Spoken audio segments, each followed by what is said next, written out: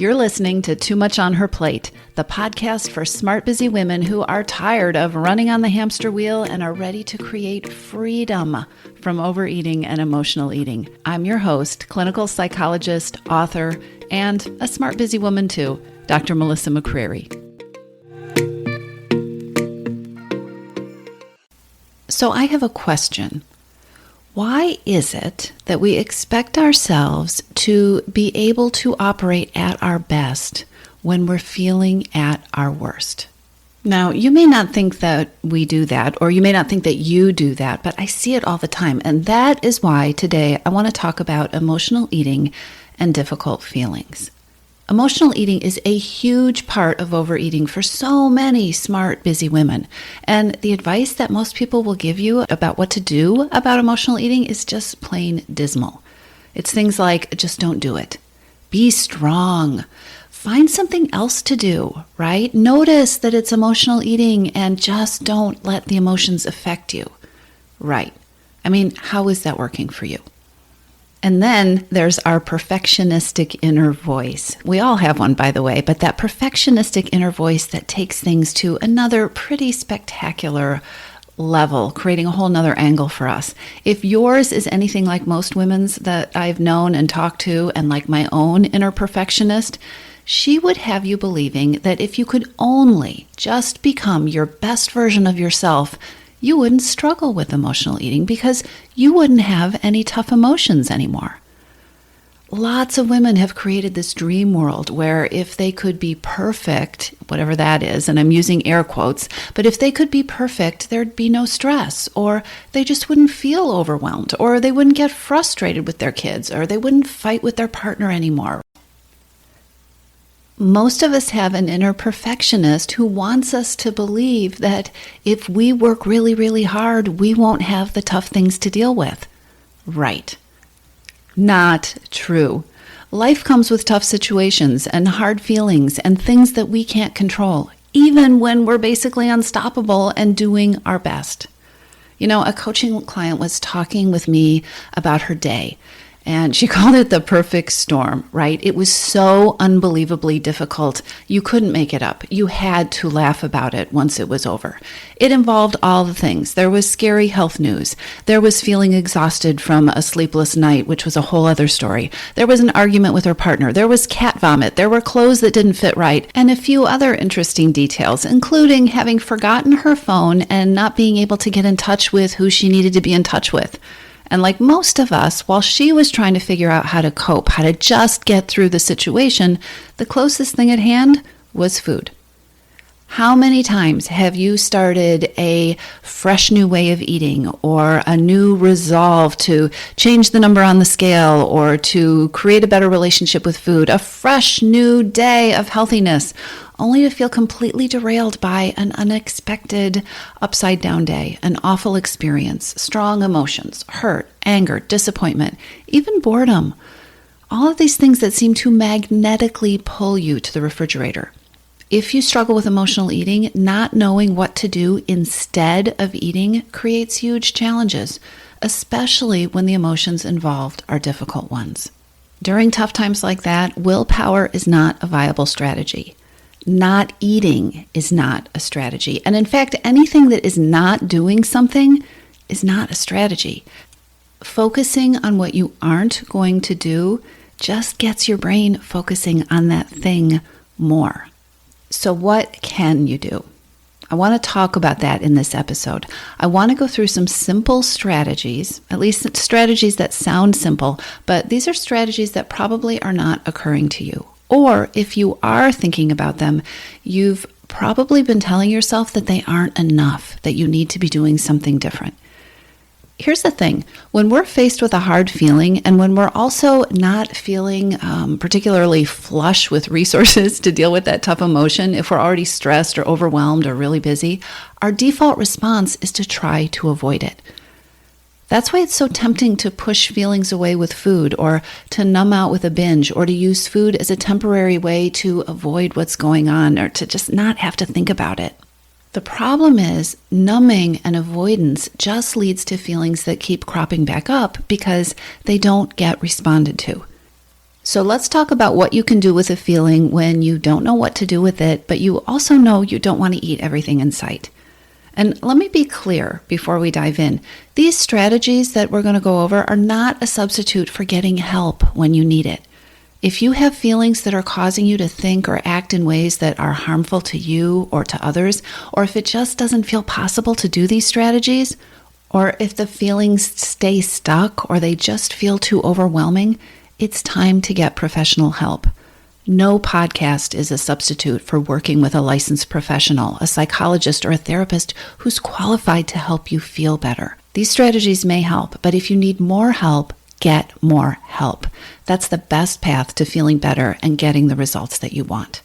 So without further ado, here's my list of 10 things to do with a feeling, even when you don't know what to do with it. And we've put together a cheat sheet for you with these 10 strategies on them. I will put the link to download that in the show notes for you. First thing to do with a feeling when you don't know what to do with it. Number 1 is breathe. It's simple, but your mind is going to want to overcomplicate this. Don't let it. When you have a feeling and you don't know what to do with it, just sit tight. Breathe in. Take a breath out. You may not know this, but feelings come in waves, and no feeling, no matter how horrible, is going to last forever. Breathe in and breathe out. Just breathe. The second strategy you can use is to give yourself permission to feel the feeling.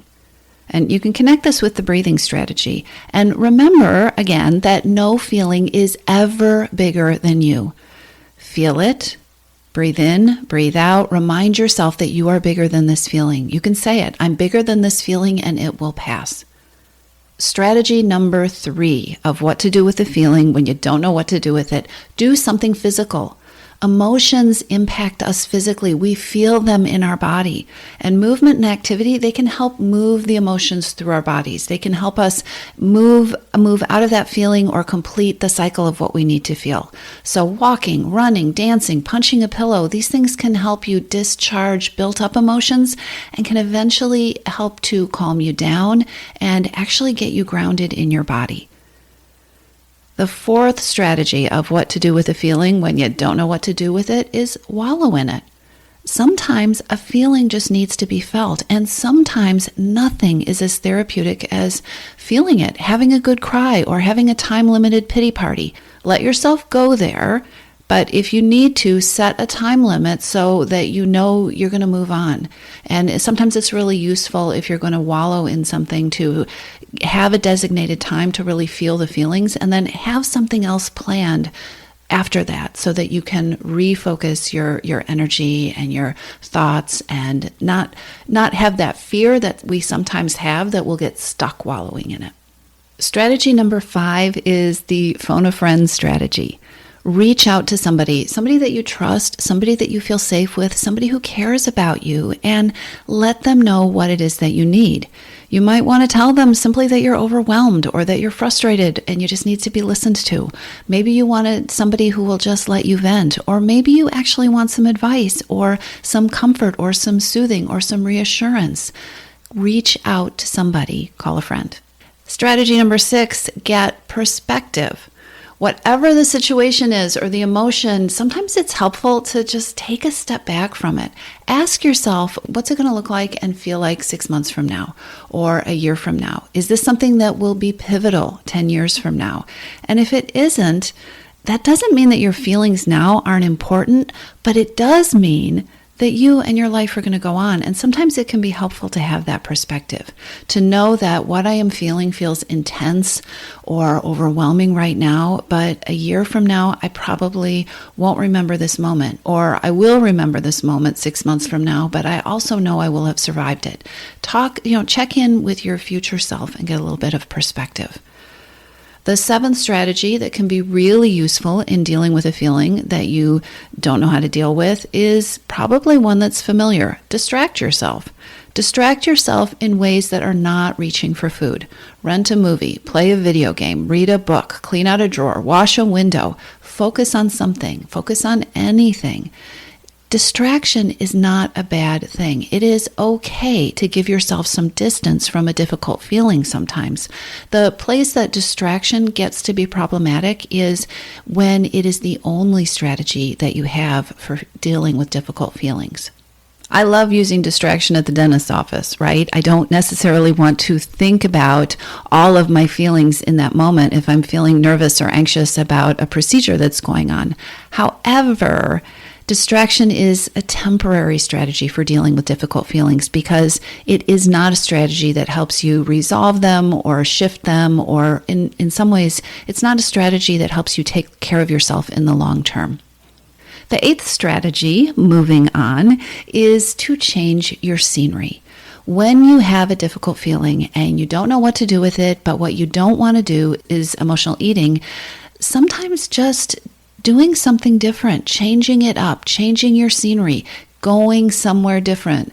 If you can leave the house, go for a walk or a drive or go stand outside, take a deep breath, get somewhere else, get in a different environment, get away from your usual cues. Because when we're in our same old place, we tend to do the same old things.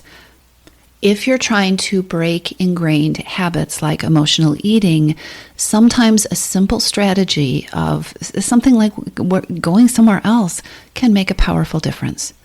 And speaking of powerful, strategy number 9 is to empower yourself.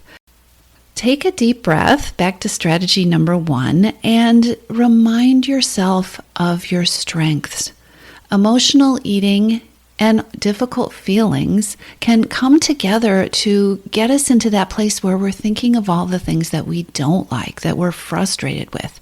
Make a list of your accomplishments. Write down all the tough situations that you've survived, the exams that you've taken, the children that you've given birth to, the children that you've parented, the challenges and projects that you've conquered. Don't leave any stone unturned. Give yourself credit. Take a moment to remind yourself that you are strong, that you are tough, that you are capable, that you can be here with this tough feeling and you will be okay. Strategy number 10 is going to sound so easy, and it is easy, but it's also one of the most powerful strategies on the list. This 10th strategy for dealing with difficult feelings when you don't want to go into the kitchen and eat everything in sight is to sleep. When you don't feel up to anything else, it is okay to take a time out. I'm not talking about sleeping your life away or sleeping endlessly. These are strategies that you are going to mix and match, and using one of them all the time would not be effective for you. But many times what we need is a timeout, or we need to rest. Take a nap or pack it in early and just go to sleep for the night. Give yourself a break and realize that tomorrow can be another day. It can be a fresh start. It can be a different kind of beginning. And often just getting that interruption and a good night of rest can have a huge impact. So there you have it. You can be effective and even powerful with difficult feelings. Sometimes you can transform them, and even when you can't, there are alternatives to emotional eating, and many of them actually put you on an on-ramp to taking better care of yourself and giving you more of what you need. These strategies work, and they take practice, which is okay. My advice is to pick a few. Try them out. See what happens. Don't forget there's a cheat sheet that lists all 10 of them for you to refer to. I will put the link to that in the show notes. And if you'd like help and support in creating your own new relationship with feelings and with food, in creating new thoughts and strategies and breaking out of those cycles with emotional eating and overeating, then come check out the Missing Piece program. That's where we do that. I've got a free on-demand masterclass that not only tells you about the program, but it will also lay out and teach you the complete framework that I use to create Freedom from Overeating. So I will put that link in the show notes as well. It's free, it's on demand, you just sign up and you get to watch the training. But play with these things. Difficult feelings do not have to be a showstopper, and you do not have to expect yourself to somehow get so supernaturally strong and perfect that you never have difficult feelings again. Not only do you not have to expect that, you can just accept the fact that that's never going to happen. You can deal with difficult feelings. You are more powerful than them, and these implementable strategies will help. If you're ready to lose your overeating and emotional eating habits, and you are ready to step into a relationship with food that fits you, one that doesn't rely on willpower and deprivation, then now is the time to join your missing piece. Enrollment is open, and this is the perfect time to join me. Go to toomuchonherplate.com/freedom, or just click on the link in the show notes.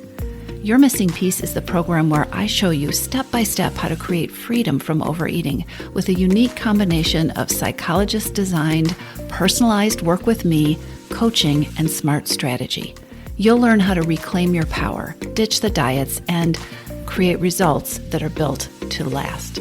Check it all out at toomuchonherplate.com/freedom, and I'll see you inside.